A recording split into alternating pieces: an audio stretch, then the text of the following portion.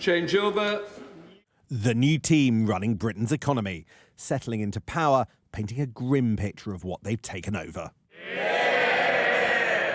We have inherited a projected overspend of £22 billion. A £22 billion hole in the public finances now.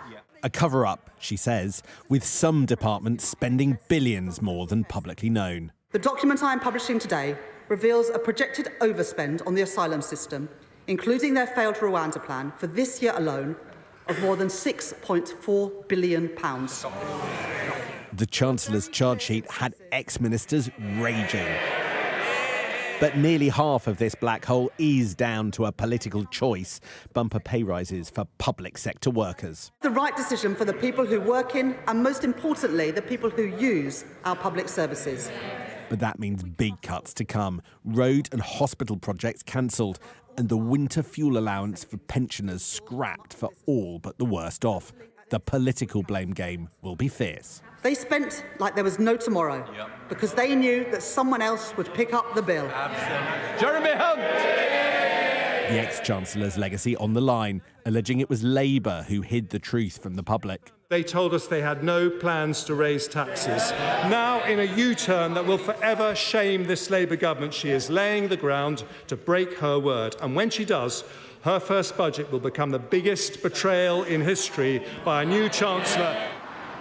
There's big questions for the people in here.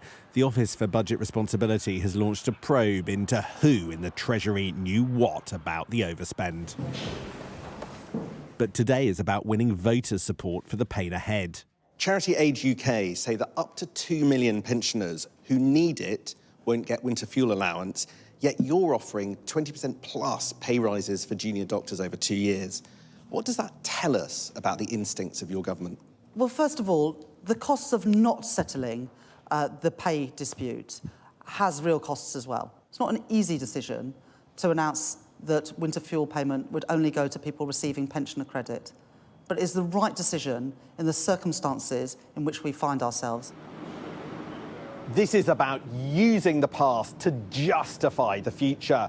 So many of Rachel Reeves' most painful decisions today weren't in the Labour manifesto, with a strong signal of tax rises in an October budget.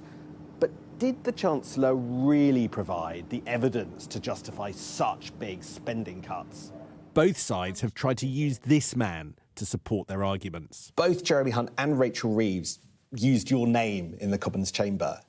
The bottom line is there a £22 billion black hole? Half of that, nearly £10 billion, is choices she's made on public sector pay. I think this money for asylum seekers and so on, not in the Home Office budget, doesn't seem to be being covered by the reserve. Those sorts of numbers do look like unfunded commitments from the last government. Labour says the Tories never did fix the roof while the sun was shining, so there's spending cuts and tax rises to come. Will voters accept they're worth it to balance the books? Sam Coates, Sky News, Westminster.